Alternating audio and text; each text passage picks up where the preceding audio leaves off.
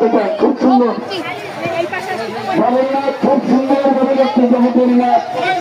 তিনি আর একটি বছর করে অর্থাৎ 365 দিন পর আবার আমাদের মাঝে আসবেন জানি না